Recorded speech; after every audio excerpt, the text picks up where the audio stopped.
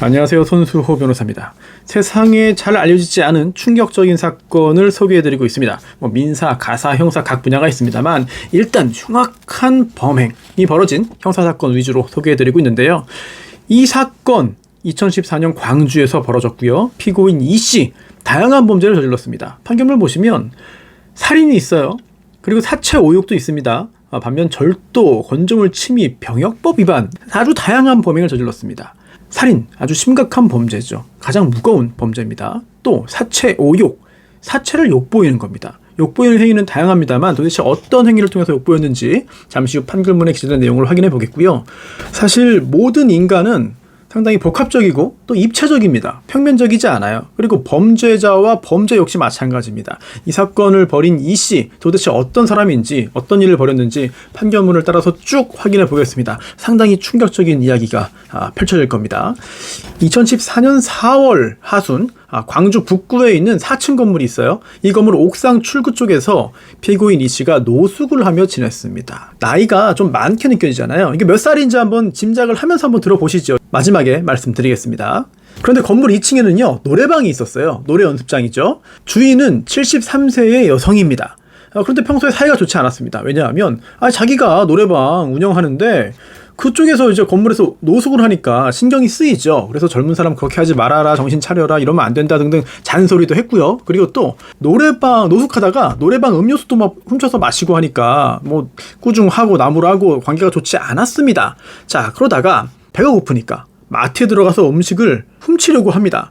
2014년 7월 중순에요. 광주 서구에 있는 한 아파트 상가 마트에 들어가가지고 사이다를 훔쳐요. 근데 좀 전에 말씀드린 건조물 침입죄 있잖아요. 이게 주거 침입하고 같다고 보시면 됩니다. 사람이 사는 집에 들어가면은 주거 침입이 있고요. 그렇지 않은 다른 건물에 들어가면은 건조물 침입인데 마트에 들어간 거 건조물 침입이 됩니다. 그리고 주인이 뭐 감시를 잘 하지 않는 그 틈을 타서 진열대에 있던 사이다 한 병, 쿠쿠다스 한 개, 프링크스 한 개를 훔칩니다. 이게 합계 8,000원입니다. 시가.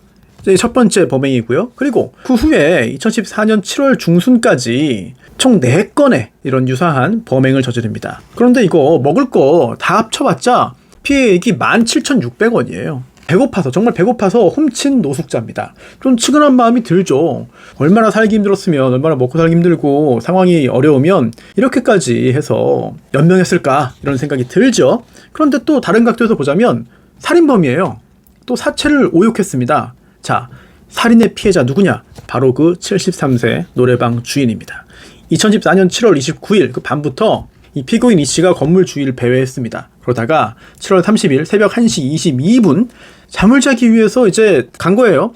자기 집은 아니지만 노숙하는 장소가 있잖아요. 네, 계단을 통해서 옥상으로 올라가려고 하는데 때마침 1층 화장실에서 나오던 피해자 73세 노래방 주인과 만났습니다. 그때 또 이 노숙자를 나무라는 겁니다. 5분 동안 말다툼을 했어요. 그러다 이 피고인 이씨가 야, 이거 오갈 데 없는 나를 이거 너무 무시하고 나오라는 거 아니야? 라고 생각해서 순간적으로 격분해서 살해하기로 마음을 먹습니다. 재빨리 이 노래방 주인의 뒤쪽으로 갔어요. 그래서 왼팔로 목을 감고 제 오른손으로 머리를 밀어서 3, 4분간 조릅니다. 함께 바닥에 쓰러진 다음에도 20분가량 힘껏 조르고 당겨가지고 질식으로 사망하게 만들었습니다. 살해한 거죠. 자, 그 다음 절도가 하나 또 있습니다. 누구에 대한 절도냐? 네, 노래방 주인에 대한 절도인데요. 이미 사망을 했습니다. 그런데 사망한 직후에 가져간 것도 이거는 점유이탈물 횡령이 아니라 절도로 봅니다. 우리 법은. 사체를 건물 2층에 있는 노래방으로 옮겨두기로 한 겁니다. 1층에서 만나서 살해한 다음에 2층 노래방 안으로 끌고 간 거예요. 양팔을 위에서 계단 위에 먼저 올라가서 양팔로 잡아서 끌고 올라가는 그런 상황이었는데 올라가면서 보니까 뭐가 보입니다. 피해자의 오른손에 손가락이 끼어있던 금반지가 하나 보인 거예요. 야, 이거 가져가자. 손가락에서 뺀 다음에 자기 주머니에 집어넣어서 훔쳤습니다. 자, 이 반지는 시가 60만 원 상당이었습니다. 자, 이렇게 살인을 하고 또 다른 절도를 저지르는데 자, 이제 사체 오욕이 나옵니다. 굉장히 충격적인 범행이 이어집니다. 7월 30일 새벽 2시 20분경입니다. 사체를 계단으로 끌고 질질 끌고 와가지고 노래방 홀 안에 옮겼습니다. 그리고 노래방 출입문을 걸어 잠궜어요. 그런데 지금 이게 7월 말이잖아요. 얼마나 덥겠습니까? 비록 새벽이지만. 그리고 이 시신을 계단으로 끌고 가는데 당연히 땀이 많이 나죠. 그래서 땀을 말리기 위해서 옷을 다 벗습니다. 네, 옷을 다 벗고요. 소파에 앉아가지고 30분을 쉬었습니다. 쉬었는데 그때 판결문을 그대로 보시면요. 여자인 피해자에 대한 호기심으로 이미 사망한 피해자와 성교해보기로 마음먹었다. 그리고 그 노래방 홀에서 피해자의 바지와 속옷 벗기고 상의를 위로 올려서 얼굴을 가린 다음에 양손으로 다리를 벌리고 성기를 넣고 5분간 성교했다. 이거 사체 오욕입니다. 이 사건의 경우에도 이른바 시간을 통한 사체 오욕을 했습니다. 굉장히 흉악한 범행이고 용서받지 못할 그런 일들이죠. 이해가 도저히 안 되는 그런 사건입니다. 자, 그리고 이게 병역법 위반인데요. 근데 이걸 한번 보실 필요가 있어요. 이게 2014년 광주에서 벌어진 일이긴 합니다만 뭐 지역에 대한 얘기를 할 필요는 없을 것 같습니다. 왜냐하면 제가 그동안 소개해드린 아주 흉악한 사건들도 뭐 아유 이 지역이 또 그랬네, 이 고장이 또 그랬네, 아유 여기가 이렇네, 그거 아니에요. 제가 가지고 있는 사건만 해도 어마어마하게 많고요. 전국에서 다 벌어집니다. 특정 지역에서만 벌어지는 거 없어요. 절대 그렇게 보지 않기를 바라겠고요. 이 사건 피고인 이 씨의 경우에도요. 2008년부터 안산시 상록구에 살았고요. 2010년부터는 구미에서 살았습니다.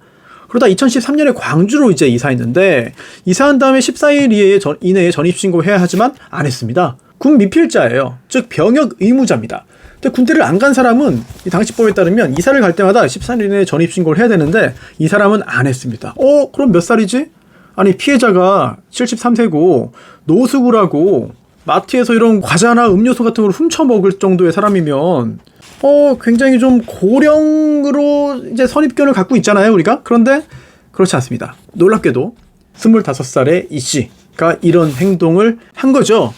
자, 그리고 범행 후에 무서우니까 노래방 방이 여러 개 있잖아요. 그 중에 하나에 들어갔어요. 그런데 건물주가 이게 뭔가 이상하니까 아침에 문을 이렇게 따고 들어왔어요. 그랬더니 이 노래방 주인이 사망해 있는 겁니다. 당연히 경찰에 신고를 했고요. 경찰이 바로 출동을 해서 숨어있던 이 씨를 붙잡았습니다.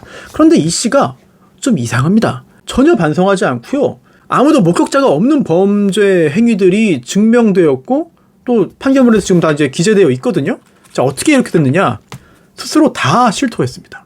그동안 이 피해자와의 관계가 어땠는지, 왜 살해했는지, 그날 어떤 일이 있었는지, 손가락에서 반지를 어떻게 뺐는지, 특히 살해한 후에 어떻게 옮겼으며 사체를 오욕한 행위 등등등을 굉장히 구체적으로 진술했는데 이상하잖아요. 숨기려면 숨길 수 있는 일인데 왜 이렇게 자세하게 했을까? 뭔가 죄책감 때문에 전혀 아닙니다. 반성해서 전혀 아니고요. 미안해서 아닙니다. 왜 그러냐면 정신질환이 있었습니다. 그래서요. 심신미약이 인정돼서 징역 15년형에 처해졌습니다. 자, 판결문 제일 앞부분에 이런 게 나와요. 주요 우울장애, 또 중증도의 재발성 사파, 이게 요즘에는 에피소드라고 하죠. 우울증 에피소드, 그리고 인터넷 게임 장애, 이런 정신질환으로 인해서 사문을 변별하거나 이사를 결정한 능력이 미약한 상태였다. 즉 심신미약이 인정됐습니다. 그래서 징역 15년, 이렇게 다양한 범죄, 그리고 사람을 죽이고 이런 73세의 여성을 욕보이는 행위를 하고 합의도 안 됐고 용서도 받지 못했고 용서도 반성도 하지 않는 상황에서 징역 15년형이 나왔습니다. 자, 선고형의 결정 관련해서 이런 내용들이 있어요. 사람의 생명을 침해하는 범죄에 대해서는 이 사건처럼 살인입니다. 그에 상응하는 엄벌이 불가피하다. 특히 살해한 후에 사체를 가늠해서 오욕했다. 피해자 손가락에 껴져 있던 반지를 훔쳐 달아났고 그 외 다른 피해자들의 재물도 절취했고 병역 의무자로서 거주지를 이동했는데도 전입신고를 하지 않았다. 다만 정신질환을 앓고 있어요. 그리고 절도의 이유, 배가 고파서 그렇습니다. 뭐 손가락 반지는 아닙니다만. 또 마트 주인 4명 중에 3명은 또 처벌을 바라지 않는다고 했어요. 네, 용서를 했습니다. 그 외에 연령, 성행, 범행 이후의 태도 이런 것들을 두루 참고해서 징역 15년형을 선고했습니다. 자, 우리 주변에는 참 여러 가지 일들이 벌어지고 있습니다. 그리고 언론에 자세히 보도되는 사건도 있고요. 아주 간단하게 보도되는 사건도 있고 전혀 보도되지 않은 사건들도 있습니다. 그리고 제가 언론에 아주 크게 보도되지 않은 사건들 위주로 여러분께 말씀을 드리고 있는데 그냥 뭐 이랬다는 설이 있다더라 또는 뭐 이런 얘기 들었다 그게 아니고요. 판결문에 나와 있는 것만 그대로 말씀드립니다. 즉 판결문에 없는 내용 넣는 것도 없고요. 또 판결문에 있는데 빼는 내용도 없습니다. 이렇게 우리 사회에서 정말 충격적인 사건이 많이 벌어지고 있다는 점 우리가 알고 있어야 됩니다. 우리가 알아야 조금이라도 피할 수 있고 조금이라도 막을 수 있고 우리 주변을 둘러볼 수 있습니다. 우리가 이렇게 관심을 가져야 수사기관, 또 법원, 또 정치인들 역시 이런 범죄를 줄이고 막기 위해서 조금 더 노력하지 않을까라는 생각이 듭니다. 굉장히 자극적인 사건이긴 합니다. 하지만 그런 취지로 말씀드린 것이 아니라 우리 주변을 둘러볼 수 있는 그런 계기가 되기를 바라는 마음에서 계속 소개를 해드리고 있습니다. 저와 같은 생각으로 앞으로도 이런 충격적인 사건들을 함께 알아가면 좋을 것 같습니다.